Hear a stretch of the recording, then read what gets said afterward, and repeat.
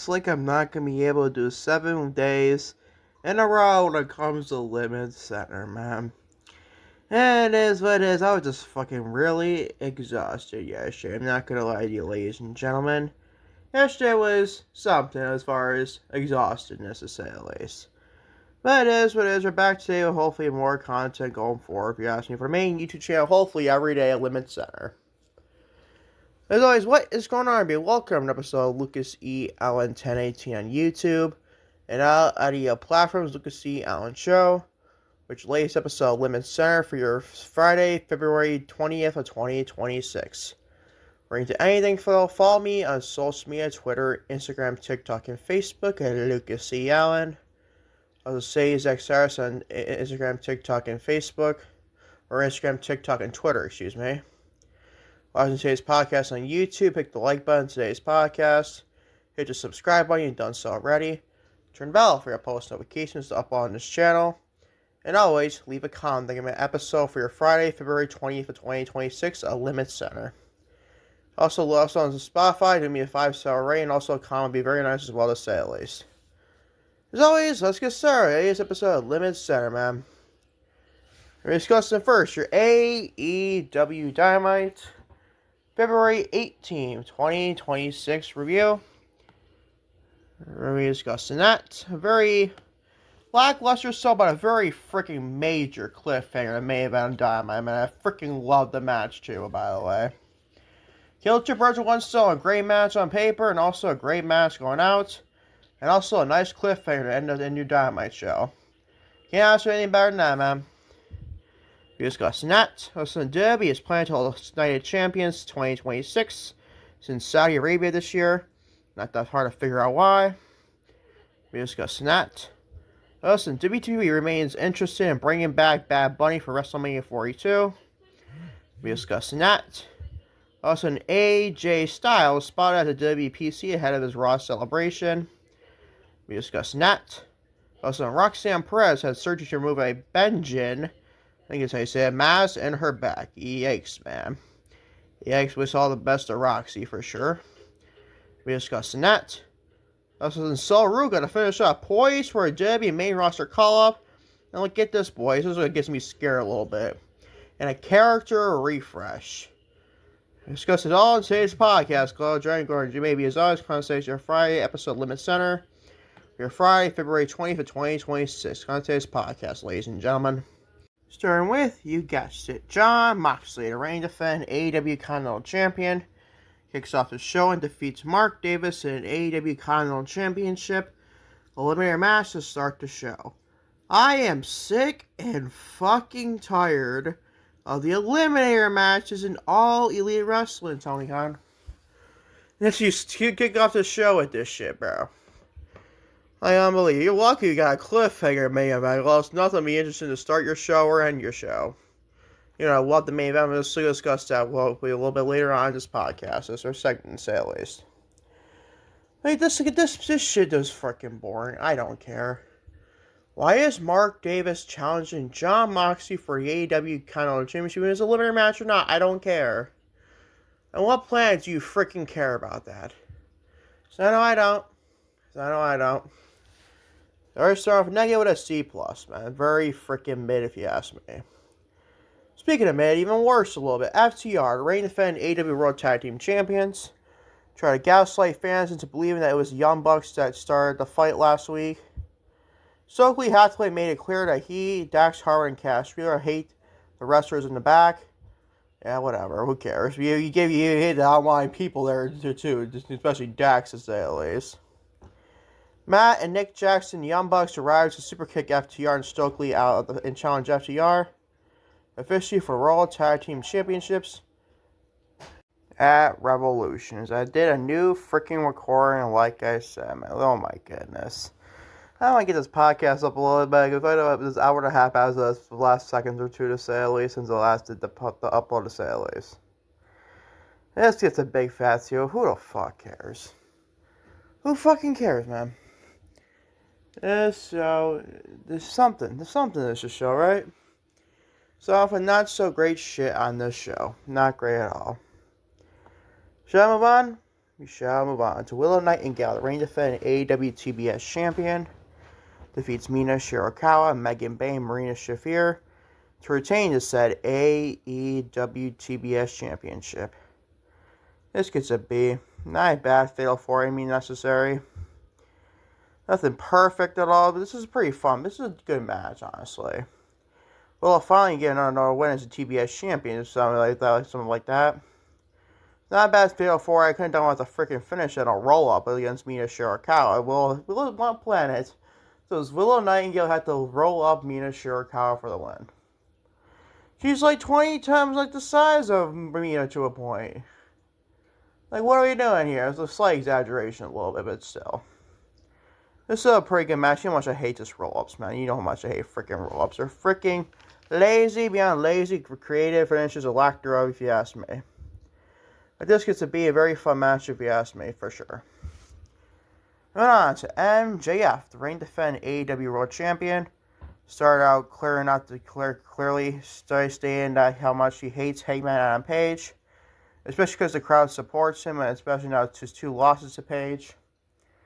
Hangman let MJF go off for several minutes before turning his words back on him, making it clear he hated MJF too. Hangman called for Texas death with adding the stipulation that he would never challenge for the world title ever again if he lost to MJF at Revolution. MJF was interested in the second stipulation but wanted another week to pitch something besides the Texas death for the match that could end Hangman's title pursuit forever. This is a really good freaking segment. He gave us a B+, only because it's dominant, an A-, honestly. It wasn't for Hangman basically wanting to give up the chance to challenge for the AEW World Heavyweight Championship ever again. Because he's going to lose that Revolution, man. Why would he never want to challenge for the World Championship again? It's not just MJF as champion. He was going to challenge as a whole. The championship as a whole. No matter who's champion, MJF. It can be no Joe Schmo off the streets or MJF. It'll still be the same thing. But I love this segment. This segment was freaking very good. I mean, they did very good promo segments for Undershirt for sure. A very fun promo segment to say these 2 men. You're probably going to get Hangman lose, though, at Revolution. I just can't see MJF losing the championship until at least All in London. Remember that Will Ospreay's back by then. So that's the one who's supposed to be facing MJF, to say the least. But moving on, this segment was pretty good. I gave it a B+. Moving on to more fucking bullshit filler. That's 2 things on this show. Tomohiro Ishii and Orange Cassidy defeat Gabe Kidd and Clark Connors. This, my friends, is an overall grade of a C-. Who the fuck cared about this at all? So no, I didn't. Man. On what fucking planet should the biggest show throughout the week for AEW is their show called AEW Dynamite. The flagship show comes on every Wednesday night. Now what it is on TBS Network, TNT Network, get the point with basically piped in with obviously with the MLB playoffs. But still. This shit is fucking boring. Who the fuck asked for this? The answer is nobody. Absolutely nobody asked for this bullshit filler. C- and grade. But yeah, there's something worse. Jamie Hare. I love Jamie Hare and Alex Windsor defeat Viva Van. And get this for a name, people. BRCCA. Who the fuck is that? Your guess is good as mine. What the fuck is this, man? Oh my god. What is this shit, Tony? What is this shit, Tony Khan? You're a funny motherfucker with shit like this. A wrestler named B3CCA. Like, oh my god, man. What the fuck is wrong with you, Tony? Granted, this name is this woman's B3CCA. I honestly doubt it. Like, what is this freaking name, bro? It's like something Dojo's jobber off the streets. And you hear cats scratching around like a storm here. Unbelievable, man. Unbelievable. I've been about an hour and a half at long since we last did that botched recording a couple minutes ago. I was nothing but yelling at freaking cats. That's just me. I'm back to standard program now. See, this shit is fucking boring. Boring. Who the fuck asked for this? A big fat D. D. Rhymes with... Yeah, I'm not even gonna say it, but you get the point. Oh my god, man. Shall I move on? Shall we move on to Kevin Knight defeating the Beast Mortals, a.k.a. Mr. My Girl Mercedes, my name. You know I had to say that shit, but you know I had to. This is an okay match, but I didn't care. C+, honestly. Another more filler-ass shit on this show, to say the least.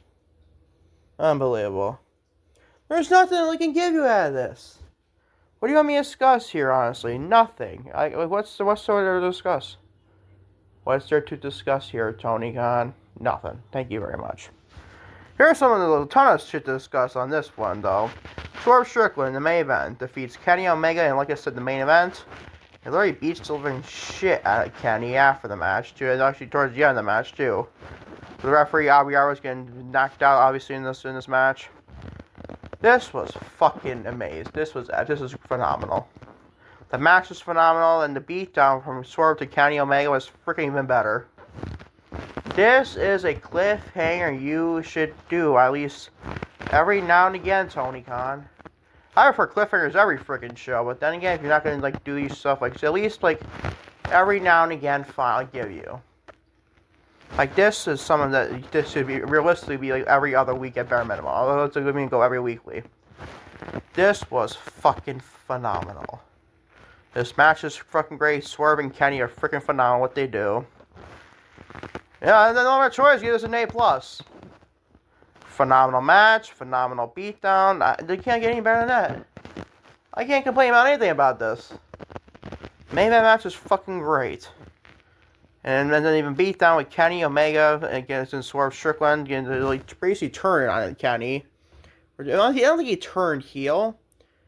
I mean, I would say it's his heel turn for sure.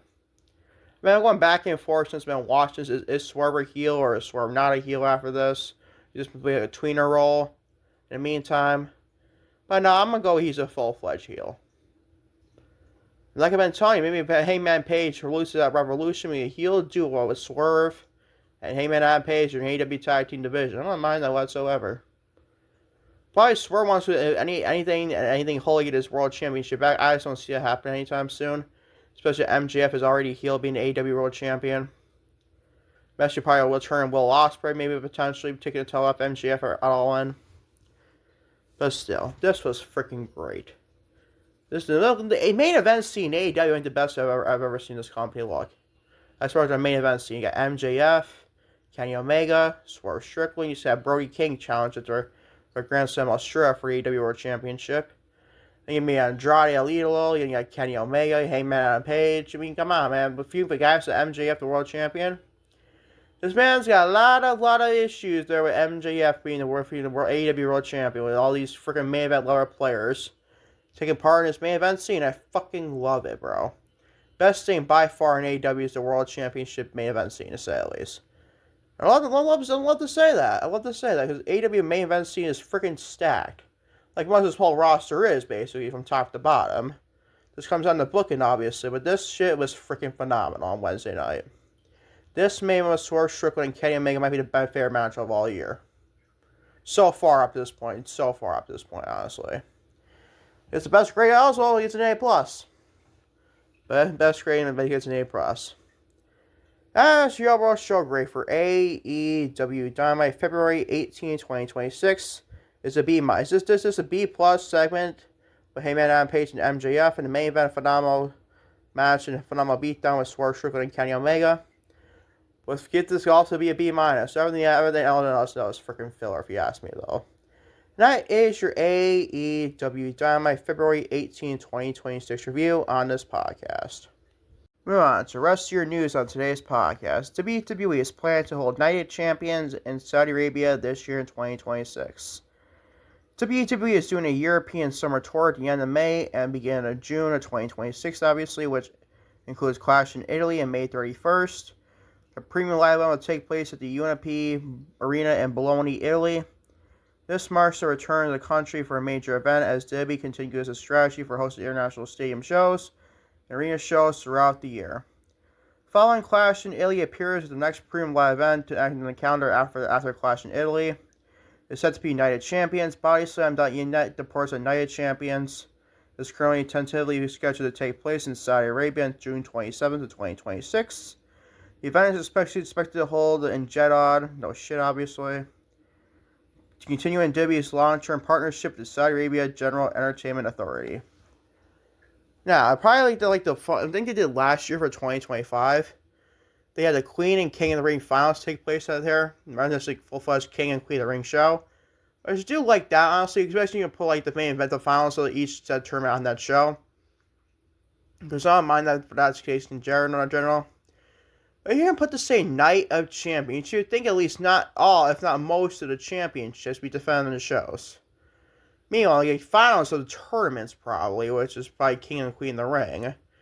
And maybe make it like a World Championship match, maybe a women's match on the show in general too. But still, that's just nothing. You can't call it Night of Champions. You gotta at least have like 2, if not 3 championship matches along your finals or your tournaments on this show. At bare minimum, honestly, for this to be a call of at least worry about a Night of Champions card, honestly. That's just me to say. So I don't mind that sake. I don't mind the sake being Night of Champions. We did about the 3rd straight year since Night of Champions took place in Saudi Arabia. I think 2023 they had it, or 2020. It was 2022. So they had it in Saudi. It took a year off, put King and Queen of the Ring with that in 2023 and 2024 they had it. Same thing in 25 and also 2026 now, you get the point, obviously. So there you go to say. So keep you updated on Night of Champions and nobody gets confirmed in all honesty on this podcast. Moving on to WWE remains interested in bringing back Bad Bunny for WrestleMania 42. You know, that Bad Bunny performed the Super Bowl, the 40-60 halftime show. Almost a 40-60 halftime show. Can we believe that shit? WrestleVote's radio reports that the company has been in contact with wrestling representatives for Bad Bunny well in advance for the Super Bowl to gauge his interest and availability. While it's unclear where things stand right now, the conversations were positive with one WWE source mentioned that the company would absolutely welcome Bad Bunny at the premium live event, or WrestleMania, obviously 42, even if it's just a one appearance and not an in-ring match. Now, I wouldn't mind to see Bad Bunny at WrestleMania. Like he at least respects wrestling for celebrities. Unlike the most celebrities that have been in WWE, Bad Bunny is the complete opposite from most normal celebrities when it comes to professional wrestling. This man, to me, respects professional wrestling and cares a lot about professional wrestling. And I can definitely respect from Bad Bunny. Now, as I saw his performance at the Super Bowl halftime show in 60, I'm not like a big fan towards his music. Like, there's a couple songs that I might know. I don't like having it on my playlist and stuff like that. But I like the dude as a human being. The guy seems like a good human being to say. He did a Canadian Destroyer at WrestleMania, for God's sakes, man. WrestleMania 37. When I met a few highlights that show Maya, Sasha Banks, and Bianca Belair for a SmackDown Women's Championship that night. That was just freaking great, man. The Canadian Destroyer Bad Bunny performed.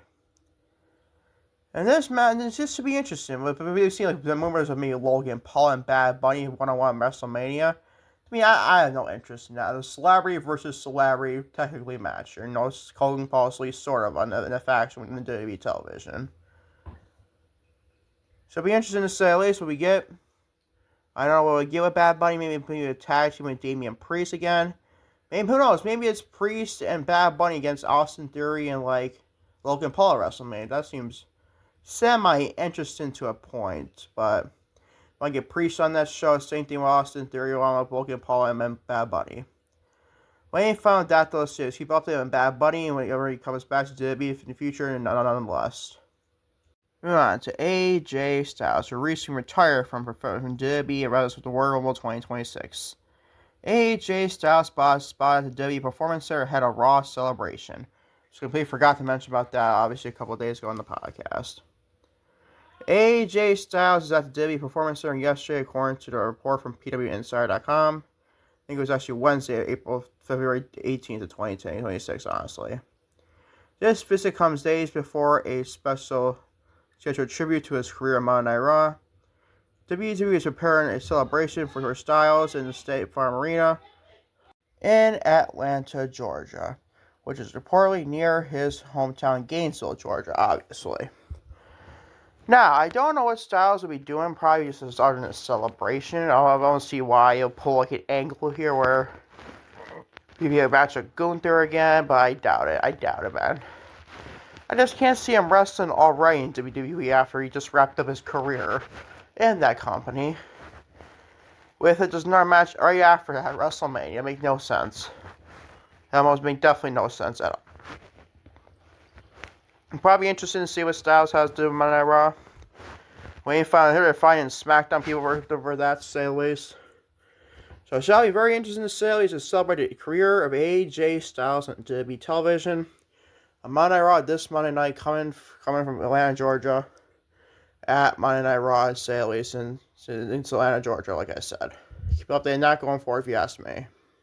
Moving on. So Roxanne Perez has surgery to remove a benign mass in her back, or benign, I think is how you say it, I say it least. Roxanne Perez shared a medical update through a video posted to her official TikTok account. Perez said that she is currently recovering at home following a surgical procedure to remove a benign mass from her back. Perez disclosed that the mass had been causing her significant discomfort for several months prior to her surgery. She explained that the mass was located deep in her muscle tissue, which has influenced her recovery timeline. She says, quote, I recently underwent a surgery to remove a benign mass that was in my back that caused major pain, a lot of pain for a couple months, Perez stated. This benign mass was located inside my muscle. There is currently stitches inside my muscle that will eventually dissolve. Perez noted that she has been away from active competition for approximately 1 week. She described the early stages of her recovery as physically demanding, stating that the first few days I literally needed help to just stand up, and walking it was a little intense. She says, unquote, Perez expressed a desire to return to the gym and the wrestling ring, but emphasized the importance of following medical protocols. She noted that over-exaggeration could interfere with the healing process of the internal stitches, but I am absolutely dying to get back into the ring or the gym. If I do intense overworkout, it can just be some trouble with the recovery process, Perez explained. Regarding her return, Perez maintained an optimistic outlook, stating, and unquote, my recovery is doing well. I don't have too much pain anymore. I'm going to be back in the ring in no time, to say this in quotes. Definitely love to see that. I hear that, obviously, especially in a big-time storyline right now with the Judgment Day. She probably fits like in a glove, like potentially like with a Finn Balor and Raquel Rodriguez-led Judgment Day against like a Dominic Mysterio and Liv Morgan-led Judgment Day. Where's Roxanne Perez in that world? We'll wait and find out in a couple weeks. Maybe get that maybe played out. You probably head into a WrestleMania. Probably you can get potentially the Liv Morgan and Stephanie McCarron match or whatever Liv challenges at WrestleMania, to say at least. Keep up there when Roxanne Perez comes back to WWE eventually, and we see her in the women's division, to say at least, and the Judgment Day storyline as well, to say at least. Keep up there and her going forward if you ask me. Wish her all the best. And finally, for your LimitsCenter podcast on Lucas E. Allen 1080 on YouTube and all audio platforms, Lucas E. Allen Show. Your LimitsCenter podcast, February 19th, 20th of 2026. So Ruca, poised for a AEW main roster call-up and character refresh, which freaking alarms me to shit on me, to say at least. WrestleVolt's radio reports that Sol Ruca is set for a character update, which includes the introduction of a brand new theme song, which I don't fucking love that either. Especially Death Rebel, obviously. Number of internal supporters believe that her time in the developmental brand of NXT has run its course, and call for either Raw or SmackDown is coming soon. Wait, let me stop right there. Run its course? She's got to be NXT Women's Champion, for God's sakes. Yeah, she could be that next Wednesday on NXT, potentially challenges JC Jane for the NXT Women's Championship. But still. Like, that just sounds so stupid if you ask me, if that's in general. In fact, it's as Wrestling Report as well. As a real Wrestling Report at all. But honestly, I'm interested in the Sol Ruca and that main roster call-up, don't get me wrong. But she doesn't need a character change. She's just fine as she is right now. She got herself over NXT with this gimmick. Anyway, I assume people will say, well, that means this doesn't emphasize with the main roster. Well, if we at least fucking try first, maybe then we'll find out if she gets over in the main roster. She did NXT, people. Patience. Apparently, main roster does not freaking have that. I've seen Triple H people like that in charge. Like, this one does not need a character change. She's just fine as she is right now. She could be just fine. She's like everybody else in the main roster does. So why not have her be the characters that made her freaking better, made her be unique in NXT, to say at least, and especially her finisher, the greatest finisher of all women's wrestling history right now, honestly. That Soul Snatcher, man. She's a thing of fucking beauty, bro. Honestly, I'm interested in the Soul Ruca main roster call-up on Raw or SmackDown, that's all I'm saying. What I'm saying is, why does she need a character change? That just makes no sense to me, to say at least. But that's why I guess my thoughts on this for sure, if you ask me. That is your LimitsCenter podcast for Friday, February 20th of 2026. Lucas C. Allen 1018 on YouTube and all audio platforms with Lucas C. Allen Show. Thank y'all for watching LimitsCenter for your Friday, February 20th of 2026 on Lucas C. Allen 1018 on YouTube and all audio platforms with Lucas C. Allen Show. And hopefully get your Saturday edition of LimitsCenter out for Saturday, February 21st of 2026. Get that out in case, knock on wood. Hope you can hear that, obviously. Until next time, and trust me next time, Mary P and Celebrity, I am out. Take care. Love you all big time, to say the least.